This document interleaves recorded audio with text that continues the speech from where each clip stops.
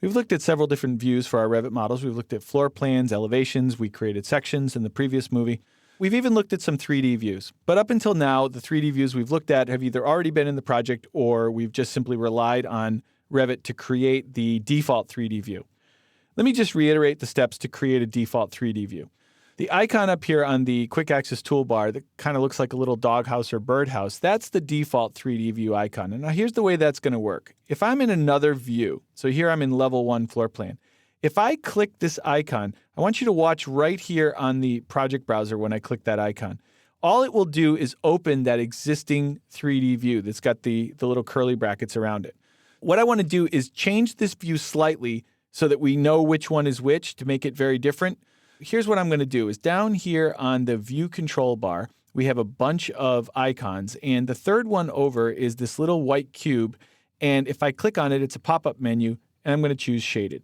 So a really simple change. Now the model, instead of being a hidden line view, is a shaded view. I'm going to right-click on curly bracket 3D here in the browser and rename it. And I'm going to call this just Axon and click OK. Now I'm going to deselect that. And even if I'm not in this view, let me go back to level 1 floor plan. You see it's no longer bold. Level 1 floor plan is now bold. Now watch what happens if I click the birdhouse again.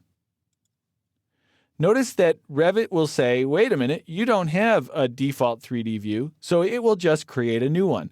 Now the reason I shaded the Axon view is just to very clearly show you it's still here under the new name, but Revit decided to create a new default 3D view. If you want to rely on this icon to open up your default 3D view, you've got to make sure that you keep that default name. Otherwise, Revit will just create a new one, okay? And that's just what it does. All right, now that's not the only way to create a 3D view. There are a few other possibilities. So one such possibility is to create a view that kind of looks like this view. Now this is a perspective view instead of an axonometric. The way this was created was to use the camera tool. What I'm going to do is go back to my floor plan. You typically want to use the camera tool in a floor plan view. Let's take this existing camera view, right-click, and rename it, and I'll call this Street View. Now let's pretend the parking lot is back here, and I want to do another view from the parking lot. So we're going to make another camera view back there. I'm going to come up here to the birdhouse, but instead of clicking it, I'm going to click the little icon next to it, the little drop arrow. And then I want to choose a camera.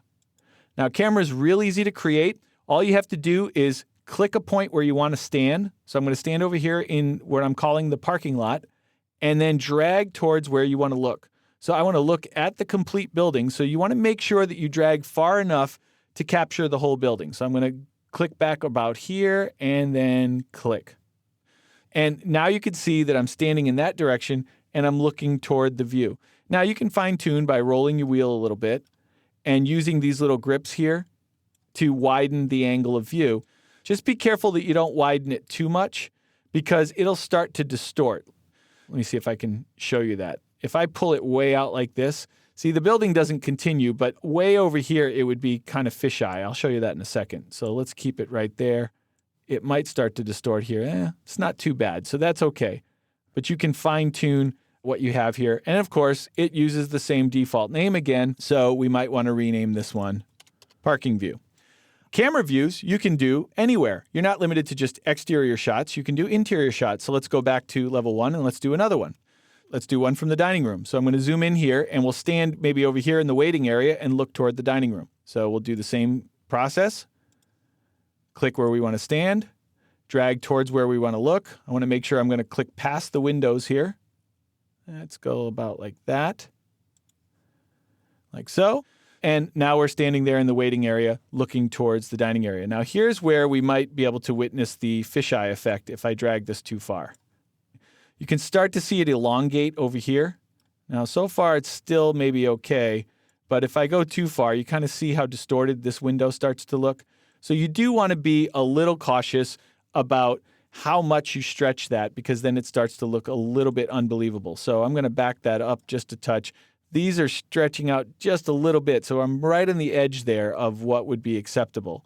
Same thing in this direction. If I stretch it up a little, it's okay, but if I go too high, it's going to start to distort things. And then, of course, I might want to rename this. Now, there's a lot of other things that we could do in this perspective view. Down here, I could shade it just like we did with the axon. So when I choose that, maybe that's a little bit more interesting. I can also use this little steering wheel icon over here on the right to fine-tune the view. The way this works is if you roll your wheel, you're zooming and panning outside of the view, or think of it like this view is a picture frame and you're just zooming and panning the picture frame. If you want to zoom and pan inside the picture frame, use this little steering wheel. So when I click on that, you'll get this wheel icon right here.